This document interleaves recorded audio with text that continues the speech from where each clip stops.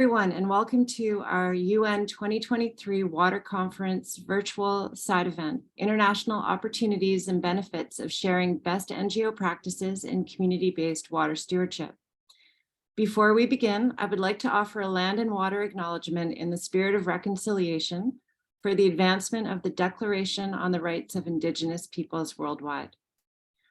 Working as an NGO based in the country known as Canada, Living Lakes Canada prioritizes reconciliation with Indigenous peoples. We commit to respecting the rights of Indigenous peoples by aligning our work with the goals of local Indigenous groups. We recognize the role and responsibility that Indigenous peoples have to all land and water that flows through the land, and we honor that relationship by uplifting Indigenous voices in water stewardship. So thank you all for joining us today in this virtual space. And thank you to the 2023 United Nations Water Conference for granting us this special opportunity to share our work. My name is Nicole Trigg, and I am the Communications Director for Living Lakes Canada. I have had the great pleasure of coordinating this wonderful panel. We hope the presentations you are about to hear will inform and inspire you, encourage increased collaboration, and shed light on the important role of grassroots NGOs in the international water stewardship sector. The water crisis is a global issue, but solutions need to be tackled locally to protect our precious water and all the life it gives us. So first, I will introduce our panelists. Georgia Peck is the Lakes Program Manager for Living Lakes Canada. A conservation biology graduate from Trent University, Georgia coordinates and oversees all lake-related programming. She recently co-authored the Local Indigenous Knowledge and Values Framework, which instructs ways of harmonizing Indigenous knowledge and Western science, creating opportunities for both worldviews to work in tandem through lake survey protocols. Next, we have Hunter Smith. Hunter is currently developing the Columbia Basin Water Monitoring Framework with Living Lakes Canada. His work focuses on integrating local community water concerns with data gap analysis for water monitoring site selection. He holds a Master of Water Security from the University of Saskatchewan, where his research focused on analyzing simulated climate change scenarios to enhance resilience in Canadian prairie communities. Samuel Sequeira is the manager of the Landscape and Biodiversity Program of the Guatemalan NGO Asociacion Vivamos Mejor. With more than 7 years working with Indigenous communities in the highlands and volcanic chain of Guatemala, Samuel is a conservation biologist passionate about biodiversity and its contribution to human well-being. He is responsible for the formulation, supervision, monitoring, and evaluation of numerous projects related to ecological restoration, conservation of protected areas, and food security. Next, we have Tomas Schaefer. He is an ecologist and conservationist. He has been active in several professional and volunteer positions for 40 years. For the last 10 years, he has worked for the Global Nature Fund and is responsible for the organization's conservation activities and for the Living Lakes Network. Since 2021, he has been coordinating the Living Lakes Biodiversity and Climate Project, among others.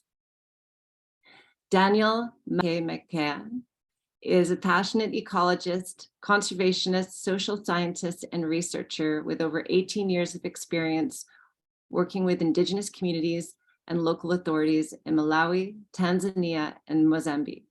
He works for Action for Environmental Sustainability based in Malawi since 2010.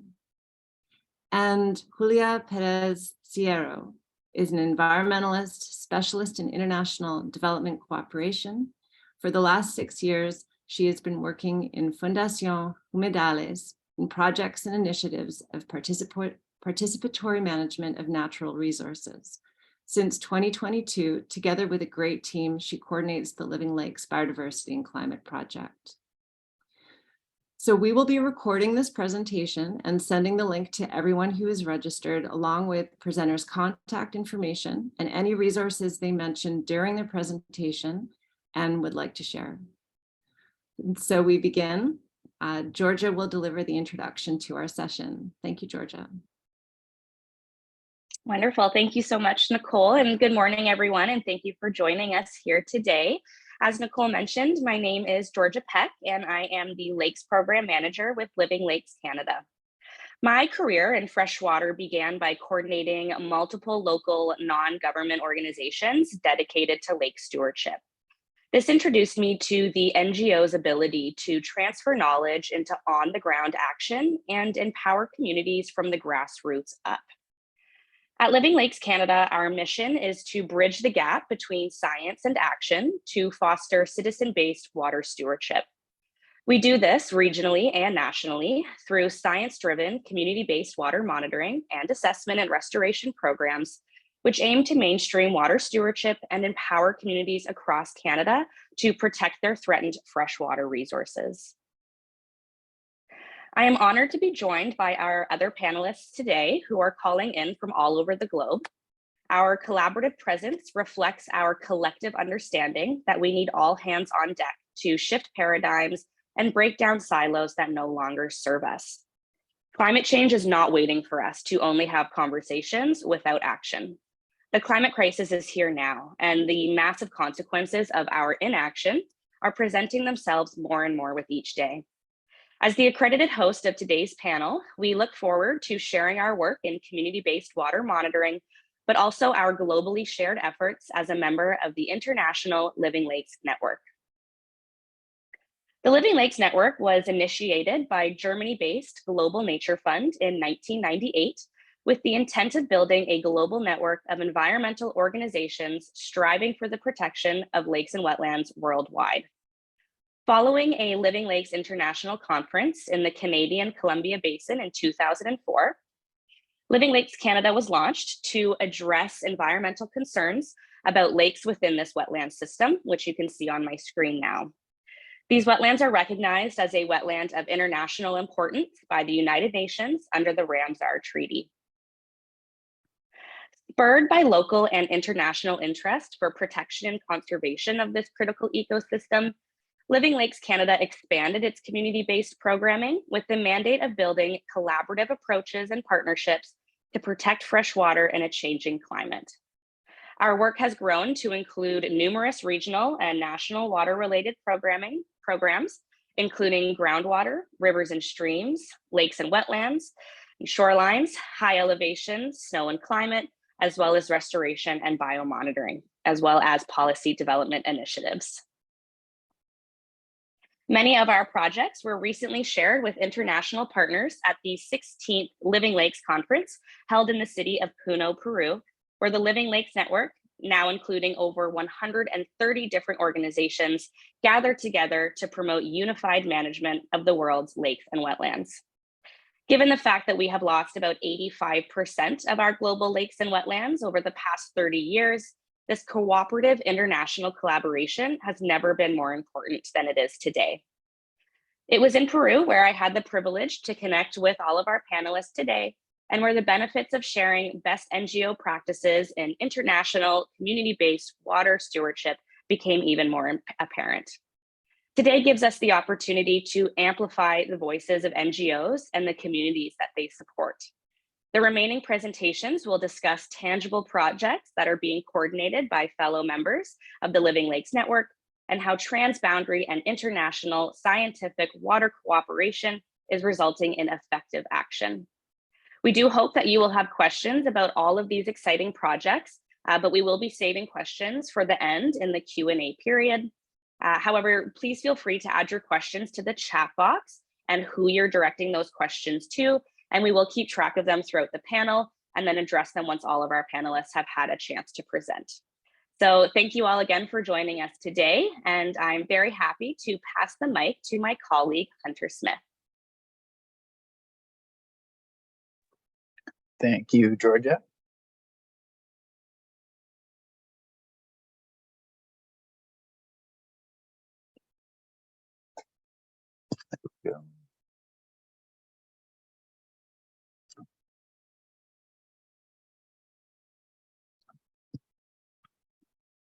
You guys can see that now. Perfect. So today I'll begin the panel with an overview of Living Lakes Canada's water stewardship work in the region today known as the Canadian Columbia Basin, and the water-related issues that we're seeking to address with our work. The Upper Columbia River Basin, which includes the traditional territories of the Ktunaxa, the Gligleitene, the Shwepnek, the Sinixt, and the Syilx First Nations, is located in the southeast portion of the province of British Columbia in Western Canada. You can see it here in purple. The basin's namesake, the Columbia River, begins on the BC side of the Rocky Mountains, flows north, turns sharply south, and then flows down to the US border, then through Washington and Oregon states before emptying into the Pacific Ocean. 2,000 kilometers long, the Columbia is the largest river in the Pacific Northwest, with 2/5 of the river's course lying in Canada. The Canadian segment of the basin contributes almost 40% of the average basin runoff. Canada is also home to the river's headwaters, which are home to the Columbia wetlands, as Georgia mentioned. They're a Ramsar-designated wetland and one of the largest floodplain systems in North America. This 180-kilometer-long biologically rich system encompasses 26,000 hectares and is one of the few remaining intact portions of the Pacific Flyway, providing nesting and rearing habitat for over 180 bird species. Intensifying climate impacts are influencing these wetlands and the region's overall hydrological cycle. Historically, glaciers and snowmelt have provided a stable and reliable source of fresh water to communities and ecosystems year-round. Recent studies show that the rate glaciers are disappearing in the Canadian Columbia Basin is accelerating, and they suggest glacier melt contributions to stream flow have already passed peak flow. Compounding this, a low to no snow future in 30 to 60 years is predicted if greenhouse gas emissions continue unabated. Climate impacts taking place now are presenting as extreme temperatures, wildfires, precipitation and flooding, and are impacting water quality, quantity, and the timing of stream flow. This is the context for the water-related work Living Lakes Canada is facilitating in the Columbia region. The Living Lakes Canada program I'm most heavily involved with is the Columbia Basin Water Monitoring Framework. This is an innovative water monitoring framework designed to fill important data gaps and track climate impacts on water supply across the entire Columbia Basin region. To help accomplish this, the basin is divided into 10 hydrologic regions indicated by patterns of climate and surface runoff reflecting broad variations in climate. This allows us to work in a stepwise fashion, rolling out the framework methodology in a few regions at a time. In 2022, we successfully piloted the framework in 3 regions of the Columbia Basin, shown here in purple. And this year, we're expanding into 2 new regions, shown in blue. In all 5 of these regions, we identified under-monitored areas through a comprehensive data gap analysis, and then led a collaborative community-focused approach to selecting monitoring sites. We ensure specific sites are chosen to fill these monitoring gaps, address local community water-related priorities and concerns. This is done by forming local reference groups in each area of interest and holding public meetings and engaging in one-on-one conversations with a wide diversity of community members. To date, this community engagement has resulted in the identification of priority water bodies, including streams and lakes, and concerns ranging from impacts of forestry and wildfires, the health of fish population, the status of groundwater resources, wetland drying, and the future of drinking water availability and quality. These concerns, along with logistical information and the results of our data gap analysis, are tabulated into a tool we call the Priority Monitoring Matrix, which was designed to help us select key monitoring sites that balance scientific and social needs. This bottom-up approach also serves the dual purpose of raising awareness around water stewardship. At the local reference group meetings, we've seen a diverse set of attendees showing up at the same table, from First Nations, local government, provincial ministries, industry, and people from all different sectors and interests coming together to talk about a common goal and shared concerns. What we hear is that people want stronger water stewardship. There's been a huge interest in collaborative projects to protect water bodies that we're monitoring, and eye-opening discussions with Columbia Basin rights holders and stakeholders concerned about water and climate change. This community feedback in 2022 allowed us to significantly augment our existing stations, and we currently operate 31 hydrometric stations, 6 climate stations, 5 mid-elevation lake level stations, 6 high elevation lake monitoring sites, and 11 groundwater wells across our 3 pilot areas. These stations address address both the need for high quality water data in the Columbia Basin, as well as the information required for climate adaptation for the local Indigenous and non-Indigenous communities. For 2023, the second year of this project, we're close to completing the initial round of community engagement for the 2 new expansion areas and conducting data gap analysis. And we expect to install at least 20 more hydrometric stations, 8 lake level stations, and 4 climate stations later this year. Living Lakes Canada delivers several other smaller monitoring programs that predate this work and which feed into the larger framework project. For example, groundwater is used in the Columbia Basin for domestic, agricultural, industrial, and commercial purposes. It's also vital for maintaining healthy ecosystems. As we know, careful management of groundwater is becoming critically important as populations continue to grow. Freshwater demand increases and climate change pressures on surface water intensify. Our groundwater program takes an innovative, community-based, cost-effective approach to groundwater monitoring by partnering with existing well owners to establish volunteer observation wells to monitor how groundwater levels change seasonally and from year to year. There are now 30 wells that are actively monitored as part of the Living Lakes Canada program. We also monitor alpine ecosystems through our high elevation monitoring program. Temperatures at higher altitudes are accelerating at a faster rate due to climate change than at lower elevations. As a result, high elevation ecosystems are more vulnerable and expected to experience climate impacts more rapidly than lower elevations. Living Lakes Canada developed the high elevation monitoring program to study water quality and quantity over the long term to understand how these ecosystems and watersheds are responding to climate change over time. Also operating under the Living Lakes Canada umbrella is a small community-based water monitoring program called Kootenay Watershed Science that was originally created in response to a mudslide disaster that devastated a small community in the Basin region. This program aims to understand how climate change is affecting the local watershed and now has long-term monitoring data that helps fill data gaps in the framework project. This map shows the monitoring sites Living Lakes Canada is overseeing across all of our monitoring programs in the Canadian Columbia Basin. All of these programs contribute to the broader objective of the Columbia Basin Water Monitoring Framework, and we work closely together to ensure our efforts are aligned and efficient. Fish habitat health is identified as a major priority by both Indigenous and non-Indigenous communities throughout the Columbia Basin, and we help assess freshwater health through our biomonitoring programs. Biomonitoring uses benthic macroinvertebrates as indicators to assess aquatic ecosystem health because some are highly sensitive to pollutants and other impacts. Living Lakes Canada has been leading biomonitoring training courses in the Columbia Basin, British Columbia, and Canada for 10 years. More recently, Living Lakes Canada has partnered with the University of Guelph, World Wildlife Fund Canada, and Environment and Climate Change Canada to pilot new environmental DNA technology that has the potential to provide faster, more accurate biomonitoring results. For this pilot program, the Columbia Basin was identified as a priority watershed, and Living Lakes Canada delivered several training courses to coordinate sample collection for lab analysis for this project. We're also supporting biomonitoring and restoration projects in the Columbia wetlands directly to ensure that this unique ecosystem and crucial source of fresh water remains intact and healthy.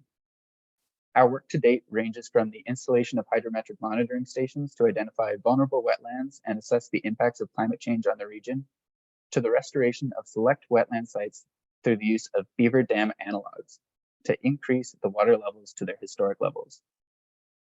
The Columbia wetlands are also located in the catchment of one of the 3 pilot areas for the Columbia Basin Water Monitoring Framework and will benefit from this research as well. In order to securely house all of the data collected from these programs, Living Lakes Canada developed the online Columbia Basin Water Hub database. The Water Hub is a central location for all water-related data, both current and historical, in the region.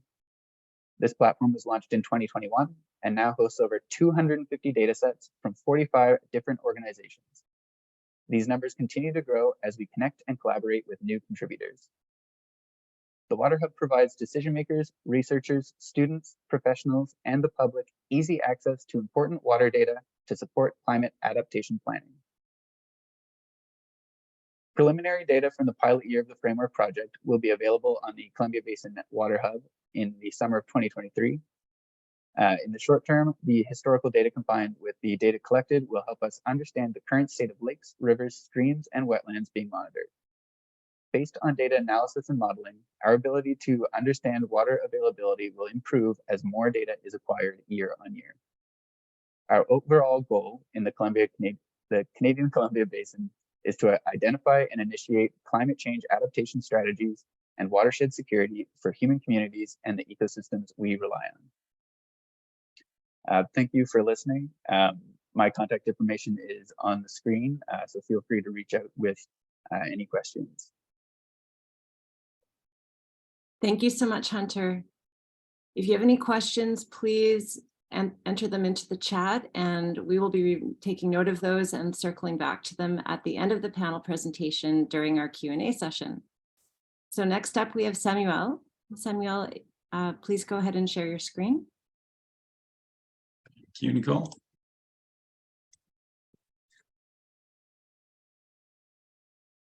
Okay. Hello, everyone. Here's Samuel from Guatemala. Today, I would like to share with you a little bit of our experience in the topic related to integrated watershed management in the volcanic chain and highlands of Guatemala.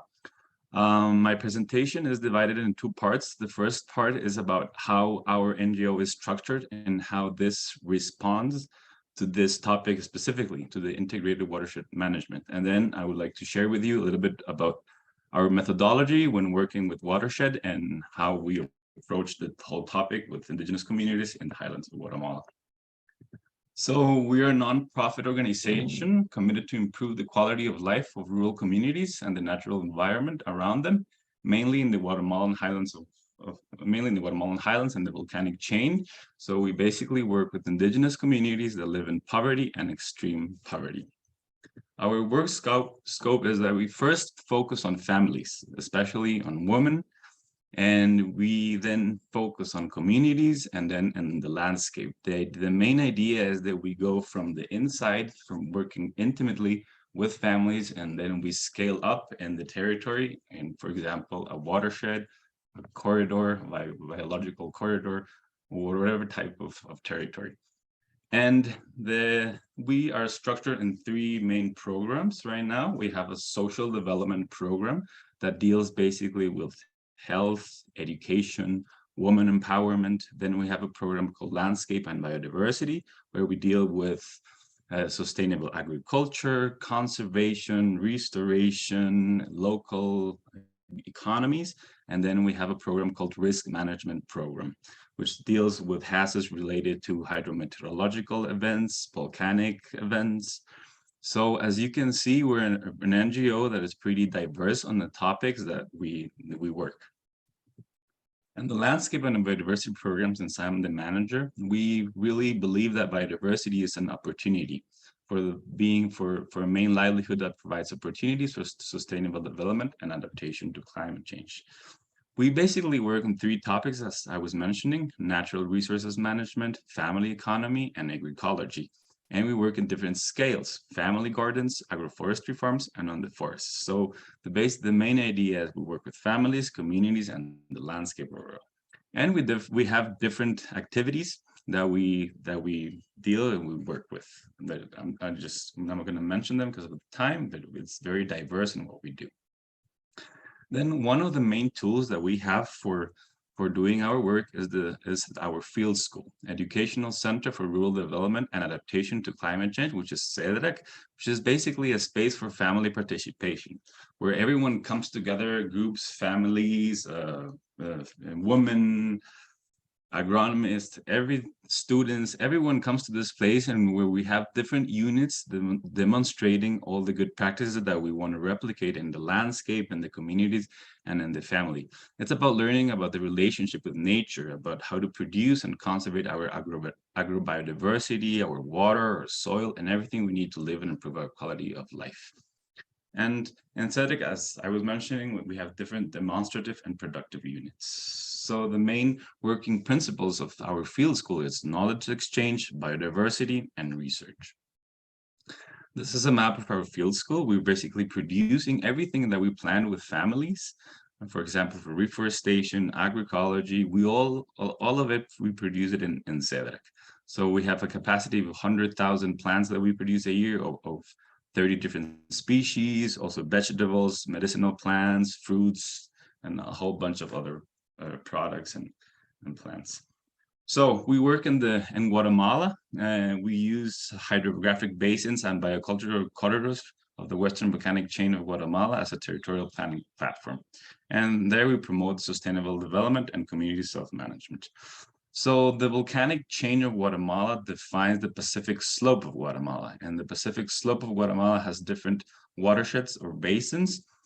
And as you can see, most of the forests that still remain in the Pacific slope are especially in the highlands of Guatemala. So these are of highly importance for recharging water, infiltration, and these all drain into the south, which is to the Pacific Ocean. Some of these watersheds are open and some of these are closed. For example, you can see in the middle, Lake Atitlan is one of the basins where we work. And this over here are the indigenous communities or indigenous groups that live in the Pacific slope of Guatemala. So we have different groups from Sutujiles, Cachiqueles, Quiches, and Mam. This basins are specifically where we're working right now. So how do we approach the subject? Territorial planning based on basins. So we work along rural communities to co-create a planning tool for a better understanding of the territory and to guide decision making to improve the quality of life of families and the natural environment surrounding them. So our working model is that we have a few steps when developing the planning tools. So the first one is we want to basically select a basin or micro basin. In this case, you can see on the right, the Atitlan watershed or the basin, which is divided into many sub-basins or micro basins. So the main idea is that we select one. This depends on the project that we were dealing with and the donors, what they want specifically. And then once we selected the micro basin, we do a biophysical diagnosis. For example, this map over here is a map related to geology, but we also want to know how the precipitation is, for example, climate variables, temperature, and also how are the forests over there, the forest and what type of forest there are, what type of ecosystems, what type of ecosystem services we have, what species do we have.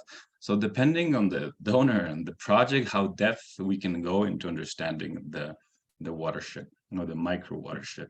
Also, we really want to know about the rivers, all the water, the springs, everything related to the quality and quantity of water in the watershed. And also we want to know about the crops, what type of crops are there, how much is it? Also, then we do, once we know the biophysical characteristics of the watershed, we do a social diagnosis and a baseline development. So basically here's which municipalities are within the watershed, where are the communities, how many people live there, how many are male, how many female, ages, how many attend schools, the work, everything, all the indicators related to social variables. And then also poverty. How is the state of poverty and extreme poverty in each of these municipalities? And then we do a community organization with the basin coordinating boards, basically. So we identify all the stakeholders that have to do anything with management of the microbasin. This includes, of course, indigenous groups, communities organized, but also the local governments, also NGOs, for example, and any stakeholder that has any influence in the decision-making and the watershed. And then we basically create a basin management plan. So everything, all the recommendations, we take into account all the problems and and then we do design some strategies in a creative way to be able to diminish those threats and be able to maintain the territory. And then we basically, with the projects, we do the basin management plan implementation. So depending on what project we have, what are the topics that we can really work on in the micro basin. And then we do permanent monitoring and evaluation. So as I was mentioning in the beginning, is that for the way the NGO is structured is that we have many different topics and we're very integrated. So we work with social, we work with biodiversity, we work with the risk. And the idea is that all the programs and all the projects get integrate in this management plan. So for example, we work with intercultural bilingual education within the communities. We work with nutritional health and agroecology with the families and their gardens. But also we work with rural women and development, empowering women, and the spaces and dialogues related to the management of the micro basin. We also do ecosystem conservation and restoration where there's still remaining forests. And we also do risk management, all the risk related to hydrometeorological events, for example, or volcanic events. And so in the way our NGO is structured, it's so diverse. We focus on the watershed or the micro watershed, and then we try to align and put all our efforts into one territorial place, which would be the basin. Thank you very much. That would be my sharing with you today. Thank you so much, Samuel, for your presentation and for the incredible work that your organization does. Up next, we have Thomas Schaefer.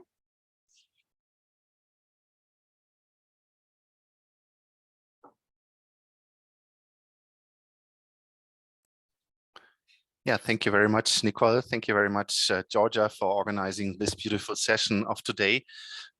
Quite some efforts you've taken, and yeah, in the next 10 minutes, I would like to introduce you a bit more to the Living Lakes Network, which Georgia mentioned earlier, and actually the huge project we started last year, and want to show you also, well, the possibilities and options of the lakers and wetlanders of the world to participate, to join the activities to some extent of this project. Maybe firstly, who's the Global Nature Fund? What are we doing? We are based in Germany as a private, non-profit, independent, international foundation, and our main topic is to protect the environment and nature. We have a vision and a mission. If you want to dig deeper into that, you're invited to go on our website. Actually, the Living Lakes Network is one of our main tasks. Actually, Global Nature Fund was founded 25 years ago. It's our anniversary this year. So this is also kind of an anniversary session, if you wish, to actually start with the Living Lakes Network, setting up this beautiful cooperation worldwide. What do we do here? In the meanwhile, around 120, 130 non-governmental organizations, grassroots, and also larger organizations, we organize the transfer of knowledge and technologies with international Living Lakes conferences, with networking platforms and tools. We do national, international, bilateral and multilateral exchange. We have Living Lakes sub-networks like in Living Lakes Canada, which was just introduced. We have similar network in Germany, Latin America, and South Asia, and we planned such networks also in South and Eastern Africa, Southern and Eastern Africa, Southeast Asia, and also for the Francophonian countries. We do a lot of projects for wetlands, bilateral and multilateral projects for conservation, for sustainable development, for education, for citizen science, and many more. Well, and of course, finally, advocacy is an important topic in wetland management. All of you listening today will know that. So this is one of our important tasks also, that we try to really impact on policies. We try to impact on management strategies at all geographical levels where this is needed.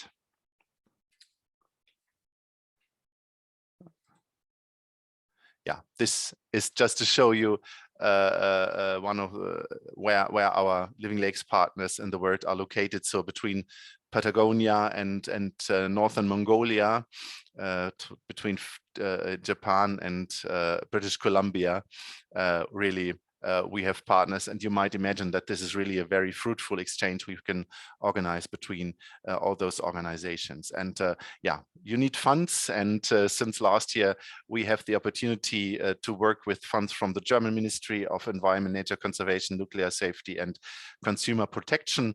The project is called Living Lakes Biodiversity and Climate Project. Just a few numbers. Nicole mentioned already that the project started last year, and we will have roughly 5 years to implement everything with a budget of 9 million euros. In 10 implementing countries, we work with 14 partners, yeah, and more than 100 people actually will be involved in the project as employees. So of course we have our target groups we are going to work with, but just the employees of our 14 partner organizations is many people. We will have practical implementation projects around 20, and 2 Living Lakes conferences. Georgia already mentioned the last conference many of you missed, but you have the chance to join the next one in 26, which will likely take place in Assam in India. Yeah, just to show you the map of our partner organizations of the Living Lakes Biodiversity and Climate Project. And yeah, the main impact of the project is really to improve conservation and restoration of lakes and wetlands and the protection of related biodiversity in the long term. This is what we are aiming for, not only in the next 5 years, but since 25 years and also in the future. The project has 5 major components, which I will briefly introduce. And along those components, I would like to show you, let's call it also working packages. I will show you where yeah, the world's lakes and wetlanders could jump in, could also contribute and participate to some extent. The first working package is on the ground, very much in the 10 implementing countries. It's about capacity development for farmers, for fishers, fisher communities, and for lake managers.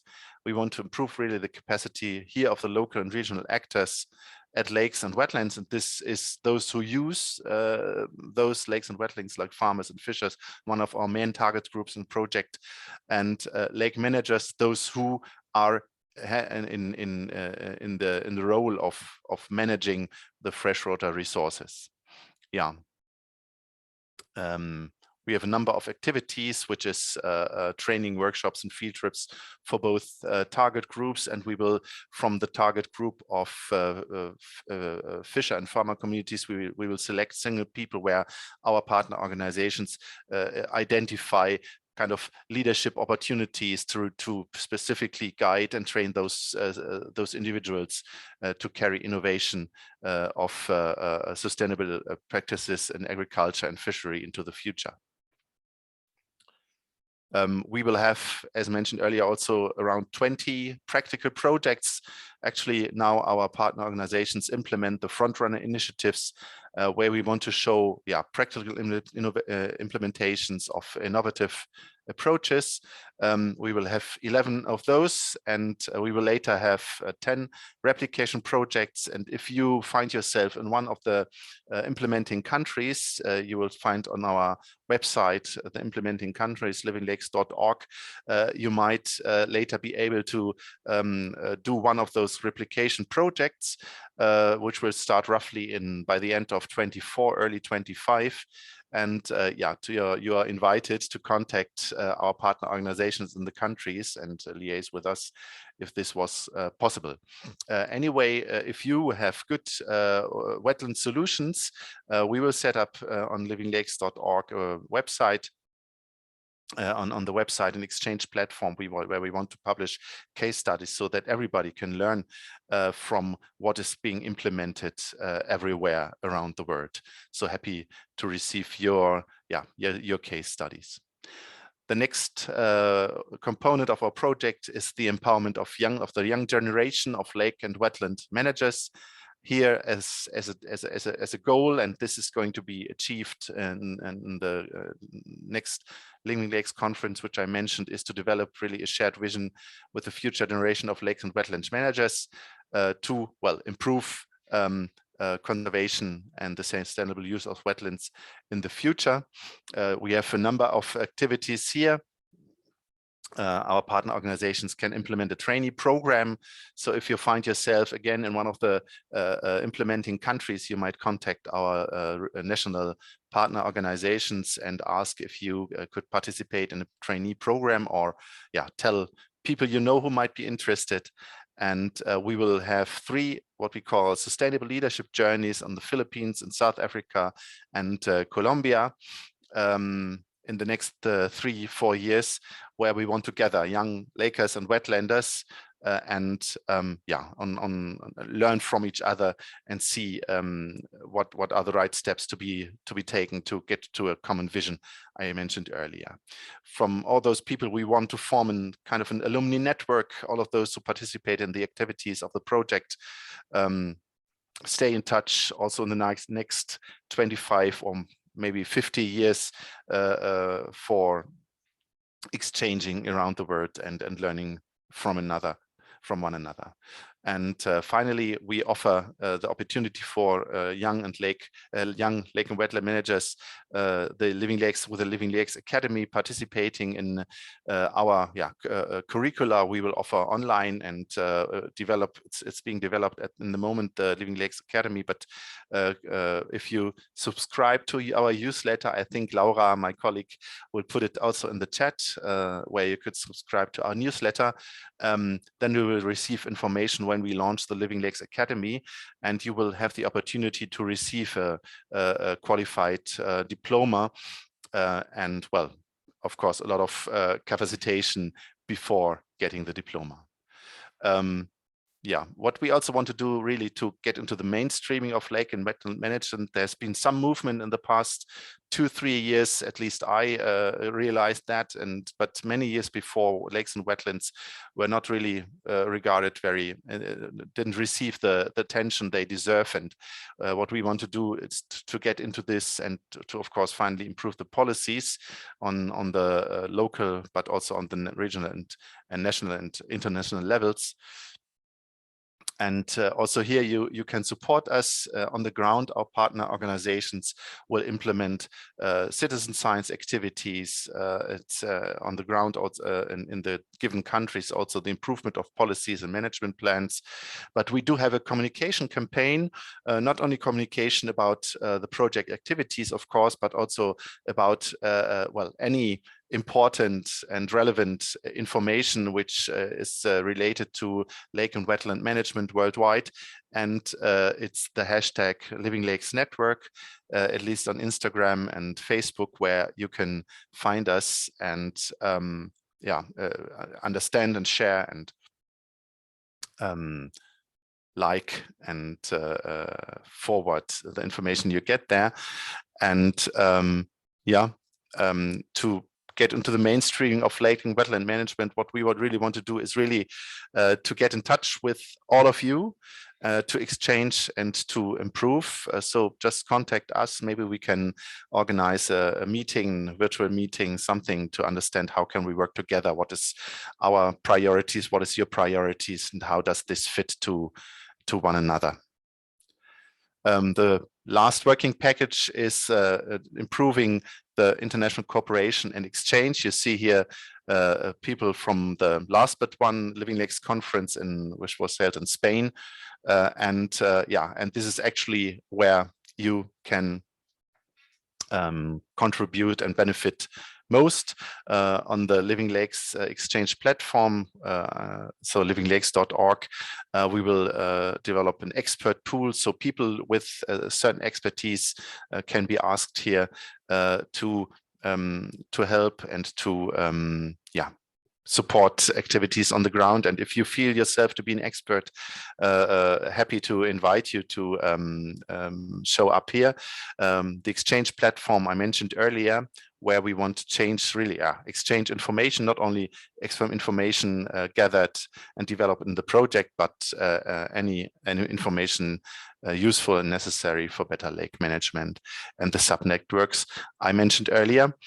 And to really foster the international cooperation for improved lakes and wetland management, let's join forces with Living Lakes and with many other wetland initiatives worldwide. yeah, you've seen that picture already, an aerial picture Georgia showed earlier, and there's an asterisk around the people who participated today, and we met 3 months ago, which was really a pleasure to see all of you there. Yeah, and finally, once again, the hint to subscribe to our Living Lakes newsletter. It's not on yet. The first one will be published in late May or early June, and also we will not send every week a newsletter, but maybe twice, maybe 3-4 times a year. You will find the link in the chat, and much more information about the project and about Living Lakes, of course, on livinglakes.org.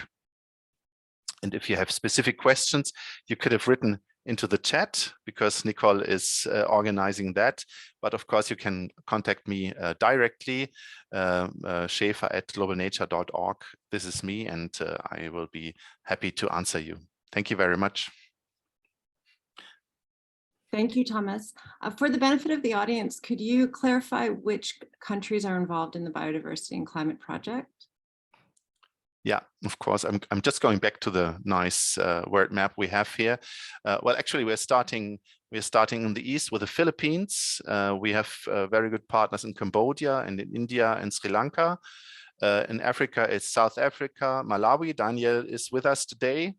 And in Rwanda, we are implementing a project. Then it's Colombia. Julia is with us today. And Peru, where we had the conference. And then in Mexico. Unfortunately, we were limited, because we would have loved to involve, of course, Vivamos Mejor in Guatemala, but our ambition is to really not stick to these activities in these 10 countries, but to extend the activities. And actually, we are having a very beautiful project together with Samuel, financed by the German Ministry of International Cooperation. Wonderful. Thank you so much. So our next two presenters will be discussing projects related to the Biodiversity and Climate Project that is under the Living Lakes Network. Thank you so much, Thomas. Thank you. Daniel, you're up next.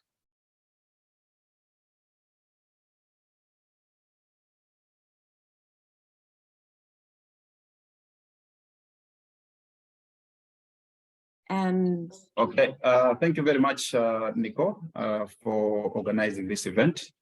My name is Daniel. I work for Action for Environmental Sustainability from Malawi. So in the next few minutes, I'll be introducing you to our lake, Lake Malawi, and also the challenges facing the lake and what we are doing to counteract with those challenges as a Living Lakes member, and also as one of the Living Lakes Biodiversity and Climate Project implementing partner.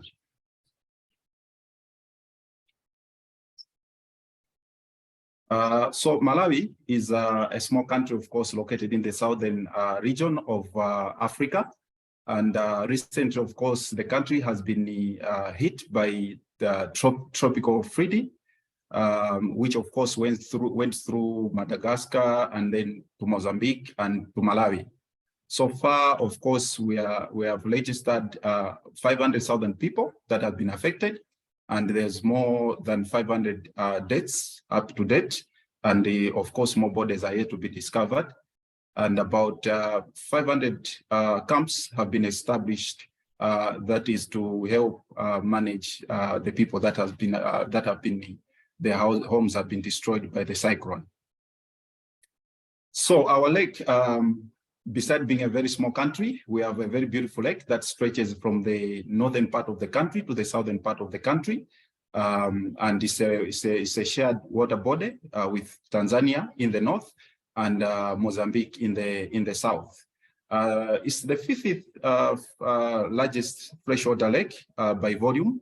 It's the 9th largest lake in the world by area, the 3rd and the 2nd deepest in Africa.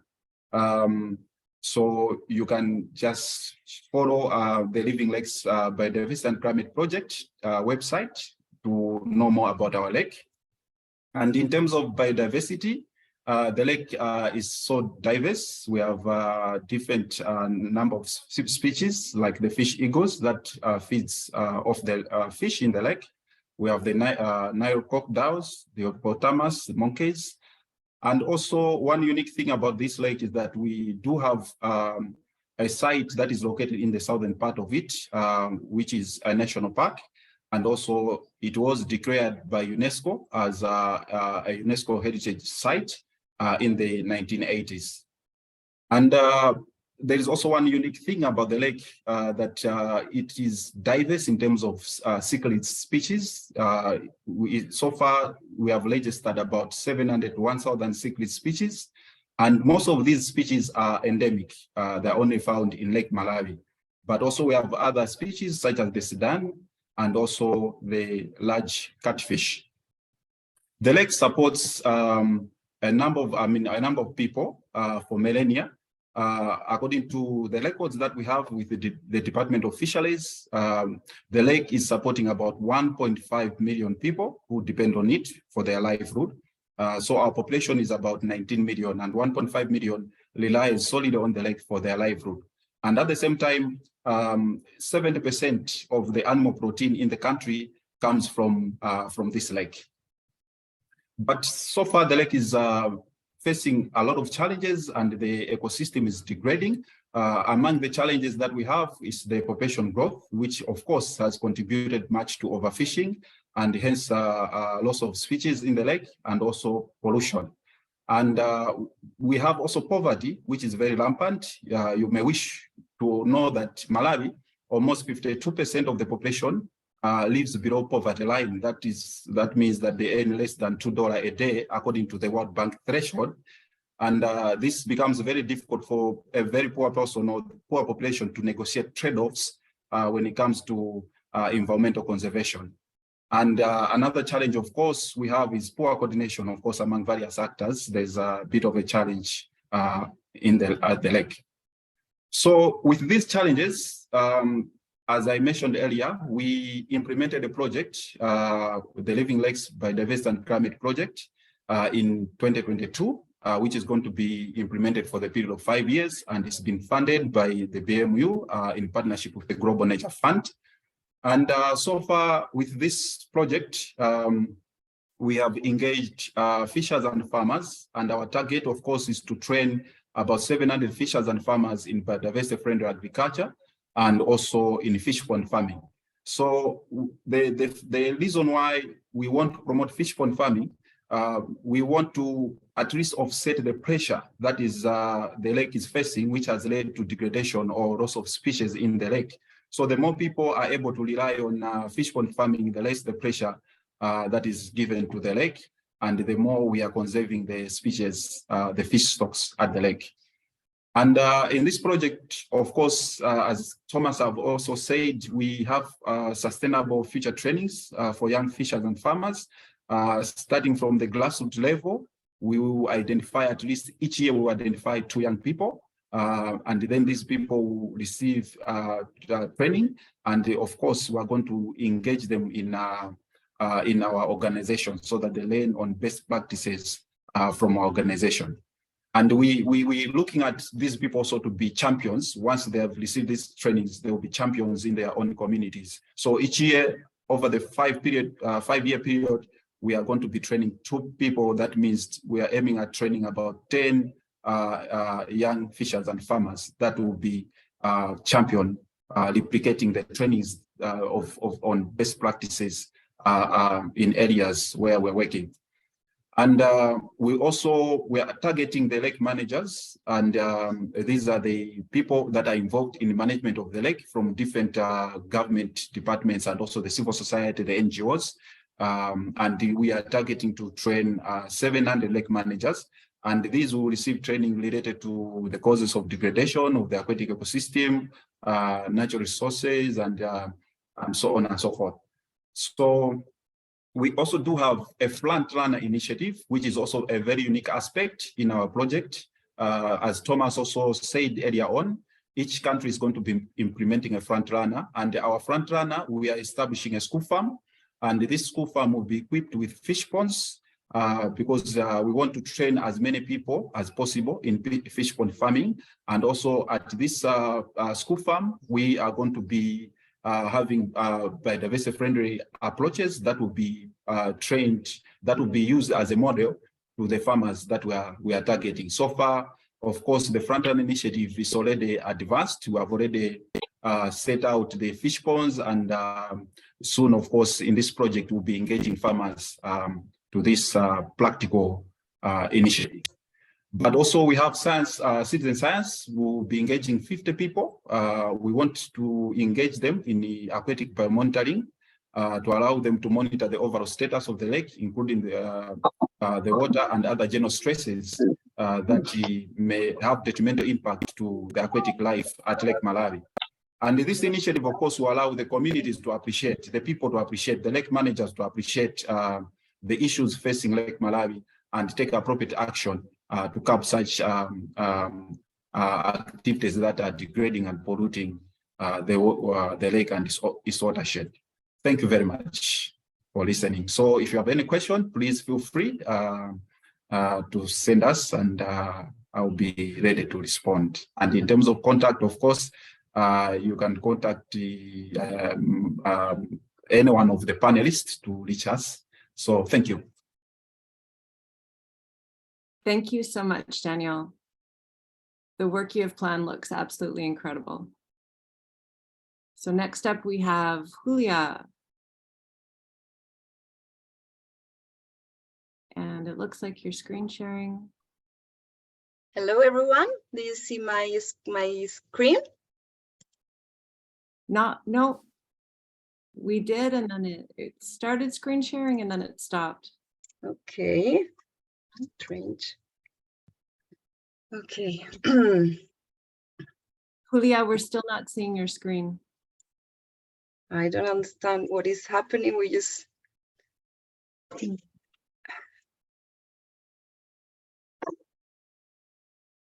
No me está compartiendo la pantalla. I can also share your presentation for you if you'd like. Did you want to try again? Sorry, just give me 1 second now. Now we see it. You're good. Okay, perfect. So, hi everyone. Sorry for now. Do you see it? Yeah. Yes. Okay. Sorry for this technical inconvenient. How everyone, as Nicole mentioned, I'm Julia Perez-Sillero. I'm from Fundación Humedales team in Colombia, and I'm here today to present you some example of the international sharing of best practices for community-based watershed in Colombia. Briefly, who we are. We are a Colombia NGO. We were born in 2000 for the conservation and preservation of Lake Fukene, with a focus on participatory management for conservation of natural resources, focus with an ecosystem-based adaptation perspective or a strategy. We are honored part of the international network of living lakes that Thomas just previously presented us, for the conservation and integral management of water bodies. And within this diverse network, there is a wide range of possible interactions. In Fundación Humedales, we establish, let's say, 2 pathways for us to be part of the international exchange of best practices. The first one is having access through other NGOs or other organizations in the network that channel resources for local implementation like Fundación Humedales. And the second pathway is the transfer of technology, mainly flowing from the global north to the global south. With these 2 input, we concentrate our efforts in supporting communitarian processes and in adapting, piloting, and upscaling the technology transferred. In the next slides, I will present you 2 very nice examples of this pathway of interactions. The first one concerns the transfer of nature-based solution technologies for wastewater treatment. This process is started in 2012, and together with our friends from Spain and Germany, we adapted the nature-based technology constructed wetland, we adapted to the conditions that we found here in the south, in Colombia. So once the technology was adapted, we established a participatory strategy for its implementation, operation, and maintenance. And we implement the first pilot wetland in the high Andean wetlands basin of Fuquene in 2013. Once this infrastructure was working and the community was fully appropriated of the infrastructure, we scale it up to a national level, covering a very wide range of climate and altitude. We have constructed wetlands from sea level up to 3,700 meters above sea level. And also with our friends and partners from Paraguay, Nicaragua, Mexico, we did a scale up to a regional level. As well as a part of this amazing international Living Lakes network, we did a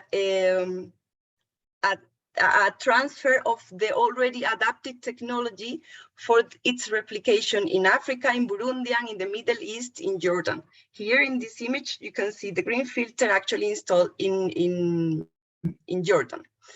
And to close up this process, after many years of working, the technology has been improved with a new component for nutrient removal.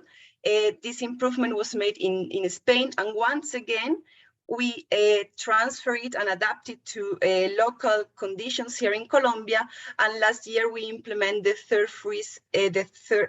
first 3 pilots in 3 indigenous communities. This whole process brought solutions for more than 4,000 people that they have treated wastewater and generating employed, and obviously ameliorating the life conditions of those communities. The second example is concerning supporting communitarian processes. We have been working for more than 7 years in strengthening governance on the artisanal fishery in the Magdalena River Basin. This process involved already more than 4,000 fishes from 5 different communities. We have consolidated a participatory fishery monitoring process that generate early alarms for the national authorities. We have elaborated together with the fisher organizations, of course, 4 agreements on best fishing practices. 2 of them, they are already legal documents.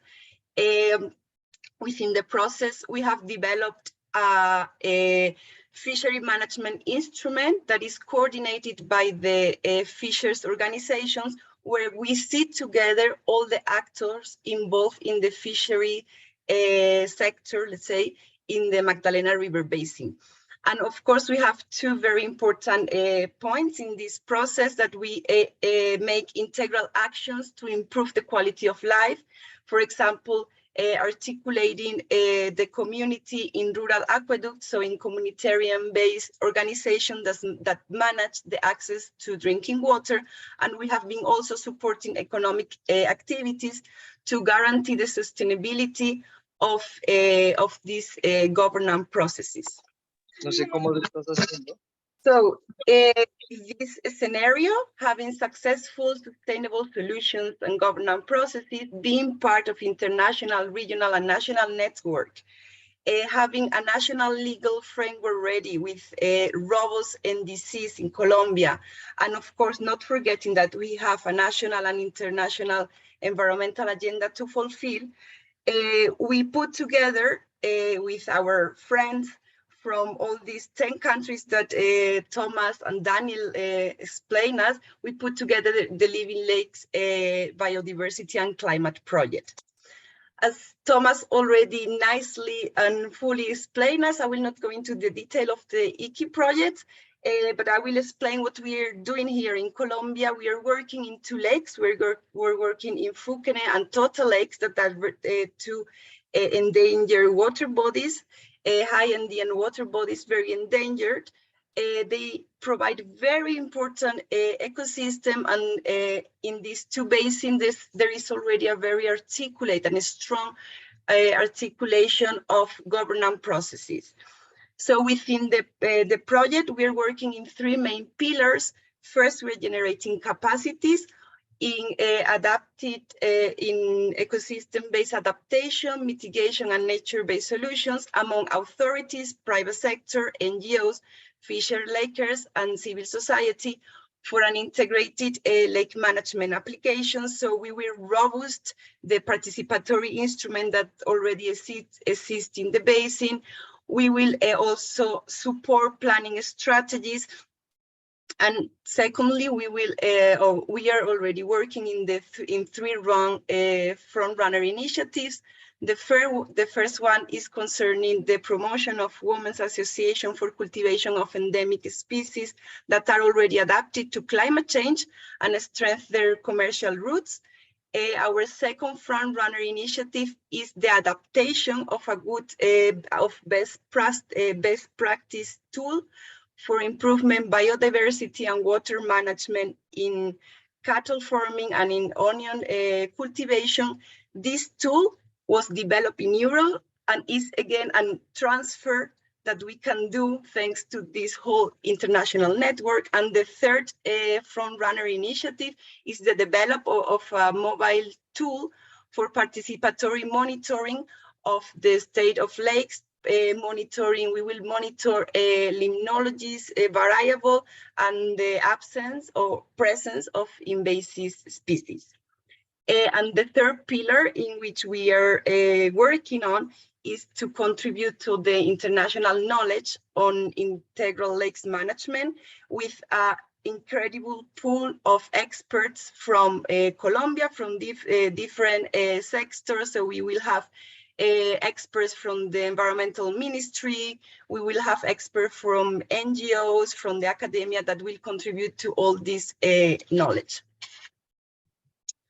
And to conclude, from Fundación Humedales, we will want to highlight the benefits of sharing best practice from different NGOs internationally. And also we think that with a cooperative interaction among NGOs, we can make efficient use of the resources that are available through the transfer of technologies, adaptation and retransfer of those technologies and communitarian processes to be amplified and replicable worldwide. So that was my presentation. Sorry for the technical mistake. Thank you very much. Let's keep in mind that only together a real change is possible. And I think I have some logo inverted here in my screen, but thank you very much. Sorry for that. Thank you so much, Julia, and for sharing your very comprehensive approach. So we have time for a Q&A. If anyone has any questions, I encourage you to enter them into the chat box. Or you can raise your hand and I'll invite you to unmute yourself if you'd like to ask your question out loud.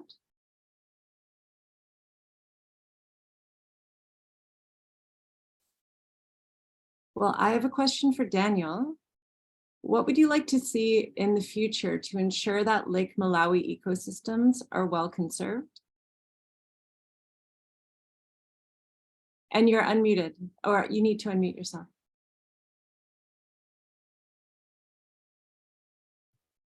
Okay, thank you very much for such a wonderful question. In fact, as I've already said earlier on, there is a lot desired to be done to conserve our lake. There's less that has been done than the extent of degradation of the ecosystem around the lake. So if we are to answer your question, I would say that it would be great to see more actors coming in. It would be great to see more coordination. It would be great to see more donors willing to support projects that are being implemented along Lake Malawi, if at all we have to have an impact in the area. So very little work is being done so far against the level of degradation of the lake and its watershed. Thank you. Felix, would you like to unmute yourself and ask your question? Okay, thank you, Nicole. Good day, everyone. I'm glad to be here. My question is to Daniel. Daniel, thank you for that presentation. You know, I was looking forward to hear something about Malawi. I'm so sorry and condolences to the Malawians for what happened.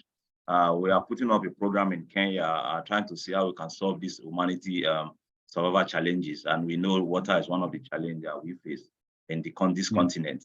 So my question now, with what has happened, what do you think is the solutions and what is the government of Malawi now, if you are looking for support from the outside world, what are the government of the Malawi doing to see how they can help solve these issues that's happened? And how can you mitigate this from happening in future? Because of course, like in your presentation, so many people are like, I know definitely it's going to cause a lot of things in Malawi. Thank you. Yeah. Thank you very much, Felix, for your concern and also for the good question. So far, of course, let me say that this is the Cyclone Free Day has been very intense in the country, and it's our probably our first time experience to have such a long-term and a severe cyclone, which have devastated almost over 500,000 people. There is a lot that is needed at the moment, but this is a crisis. No one anticipated that it will happen, and there are so many people that have been displaced so far, and we have so many people injured and so many people have died, and yet, of course, we are yet to discover other people that have died. We have those other areas which are not yet reached at the moment. We can't reach those areas just because the infrastructures have been destroyed. So we have, of course, been receiving support. As a country, the government has been doing what it can do. But then being a country that is a poor country, to manage to respond to such a crisis is a bit of a challenge. So we have had other countries coming in, like, for example, the US have come in with some helicopters and some boats to help search for those people that are missing, and also to reach to the areas which cannot be reached. We have Zambia, for example, it has also come in with support. We have Tanzania, for example, it has come in with support. So what is needed, to answer your question, is we need a robust response in terms of the basic needs, of course, because many people at the moment are in dire need of basic needs, especially those that have been affected. And these needs like water, clean water, blankets, sanitary pads, etc. And also, apart from that, on long term, there is need, of course, to resettle these people, like rebuilding their lives. They need to get back to their feet. So they need support for them to get back to their feet. For example, building back their homes, their houses, things like those. But also, you have asked a question related to what caused it and what can be done. So these are the ones that I've been explaining. This can be maybe, let's say, short term and of course long term to help those who are affected. But as a country, to avoid these future disasters, because as I've already said, it's the first of its kind. Normally, of course, we have had very little, of course, of such cyclones which have not been very intense, but this one has been very intense. And most of the cyclones as a country, they don't reach this part of the country. We hear about cyclones in Mozambique, which is to the coast of the ocean. But it looks like we have degraded our forests. We have degraded the environment so much that such cyclones are coming in, because this is an impact of climate change, which has been a result of the actions, of human activities. So the measure that would be appropriate to address this challenge in the future is to maybe intensify initiatives to manage the degradation of the ecosystem to avoid such kind of crisis. And also, apart from that, maybe we need to raise awareness. This is just one of the practical examples of the impact of climate change. So when we reach out to people, they don't understand the impacts of climate change. But with this case scenario, it is very easy to convince. It's very easy to raise awareness. So we have to raise awareness within the country and also other neighboring countries about climate change and its impacts, because the cyclone has not affected only Malawi. It has affected Mozambique. It has also affected Madagascar. So on long term, that would be one of the measures. But also we need to intensify on early warning systems because some of the people that have been affected, there are people that have been living in vulnerable areas. For example, if they were given an early warning system, an early warning to this crisis, it would be more easier to maybe avoid deaths and injuries. So thank you very much. Hope I've answered your question. Thank you so much, Daniel. I think everyone really appreciates you sharing what's happening in Malawi at the moment and linking that to climate impacts and the challenges vulnerable countries face. So thank you. Brian, we have a question. Would you like to unmute yourself? Yes, morning, Georgia. Shout out to Georgia. Just 3 quick things. Julia, appreciate the message at the end, and it's so true that we just need to work together. No matter where we're at, and that's the important piece, and that needs to be spread far and wide. And then a question for Thomas, and just curious about the engagement with the ranchers and the fishers, and how that goes, and how's it been going with that. And then one for Hunter, in terms of how has the water quality changed with the receding glaciers. I thank you, Ryan. Sorry, I didn't get the first part of your question. How about the engagement with who and fishers? Yeah, I think you had it as the ranchers. You had a bullet there about engaging with the ranchers and the ranchers. Okay. Yeah, ranchers. Yeah. Well, actually, you have a number of major impacts, of course, on lakes and wetlands, and one big is from agriculture and farming, and the other is fisheries. I think Daniel explained very well what are the issues here, and actually. We have a number of projects, also Fundación Humedales in Colombia. They are doing a project with fishing communities in the Magdalene River. And what we try to do, and very often it's about sensitizing people, making them understand what it means to them if they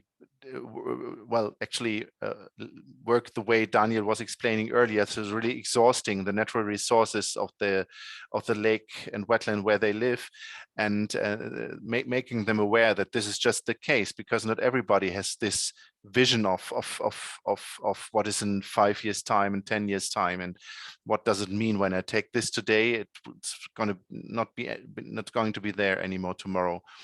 And in agriculture, if it's not like sustainable, self-sustaining agriculture, so it's very much about the huge agricultural companies, large farms and everything, where you have all those biochemical product sets which are being used. And also here we are trying to work with sustainability standards, with agricultural companies, with food companies, to make them again aware of the impact they do have, of course not just on lakes and wetlands, but at the end of every catchment area, you will either find a lake, a wetland, or the ocean, and this is why we need to work on that. So we have a number of tools also to work with agriculture and ranchers. Don't know if I answered your question, but it's not easy. It's always about money. It's sometimes even a lot of money. In the case of Daniel, it's not money. It's just surviving. Yeah, and completely other topic. We are not in the north here. We are not faced with this aspect actually, and you always have to balance and try to find the best solution. And then, Brian, for your question about the water quality from glacier runoff. Our high elevation program started last summer, so we're just coming into 1 full year of data this year. So we don't have any like hard numbers on how water quality has changed through time in glacier runoff streams. But anecdotal evidence from communities is that it's increasing turbidity. So there's just like a lot more particles in the water.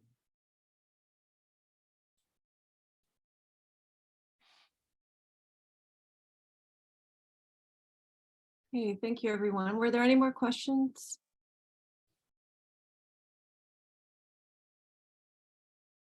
I have one question for Samuel.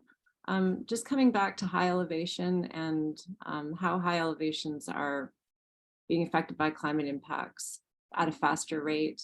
In terms of the highlands of Guatemala, in the long term, what are the difficulties of implementing watershed management in those areas?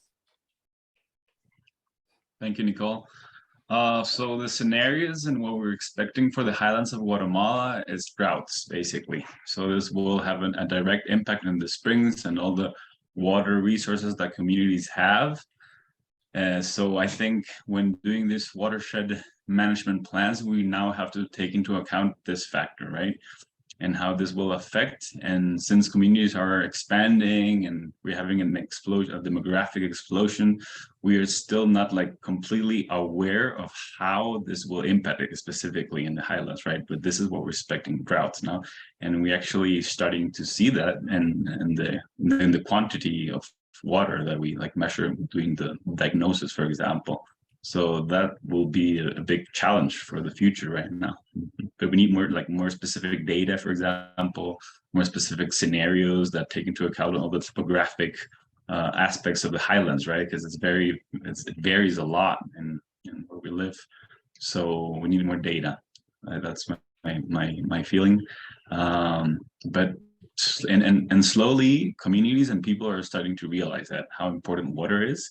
And this is like highlighting the importance of like organizing, like we all should organize into one common objective, for example. Thank you. And one final question for Julia.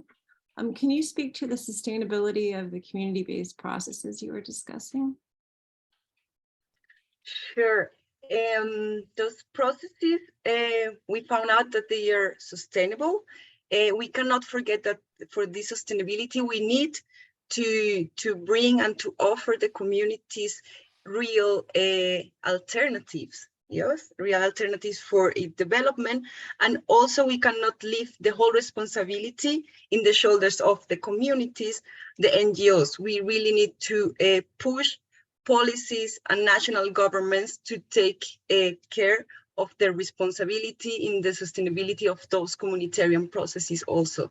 So that's a call for also the national and international governments to support and to bring resources for all these processes to make them real sustainable in the long term and not draining the efforts of NGOs and the communities at the end. What a perfect note to end on. I'll invite all the panelists one by one to say any closing words before we end today's session. Thomas, would you like to begin the closing remarks? Well, thank you very much for all of you being here. Thank you again for you, Living Lakes Canada, to having organized this session. And well, I do very much hope that we will meet in the future, maybe at our Living Lakes conferences, at the Sustainable Leadership Journeys. The next one is going to be on the Philippines in October, or at other occasions to really work together and bring forward lake and wetland management worldwide. And thank you for sharing also your experience with us.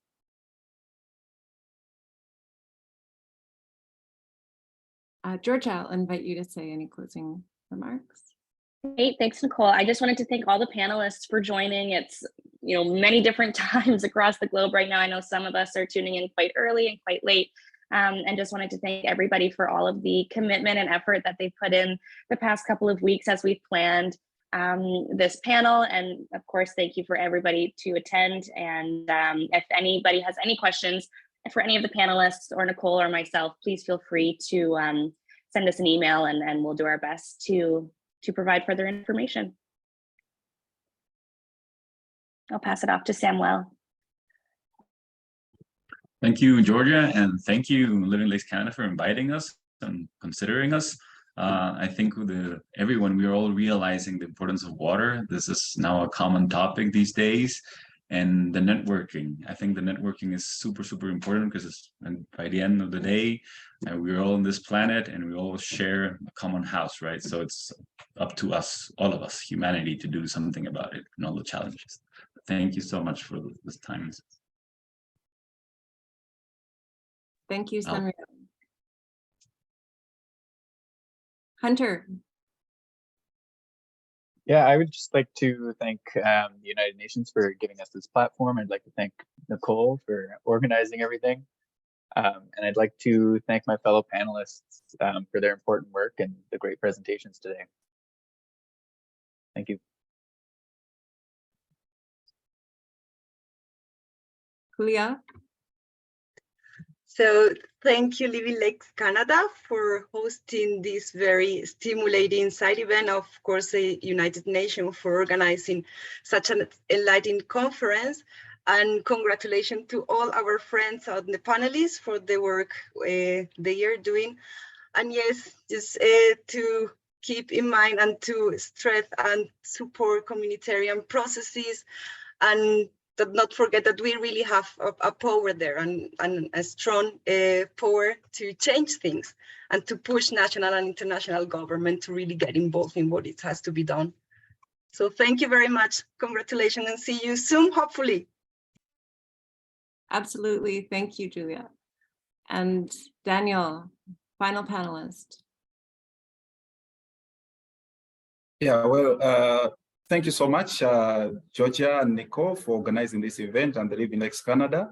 It's been very amazing. And thanks also to my colleagues, the panelists, and also whoever participated to this. It's a common issue, and water is a common issue, and coordinating and working together and participating together and finding solutions to these global issues is such an amazing thing that we can do. So keep it up and see you next time. Thank you so much. So as I mentioned, we will be sending a recording out to everybody who registered, and we will include contact information for all the panelists, as well as website links and any resources that our panelists want to share. So thank you once again for joining us today. We hope you got so much out of our session, and all the best in your own water action efforts. Have a wonderful day, everybody. Thank you very much.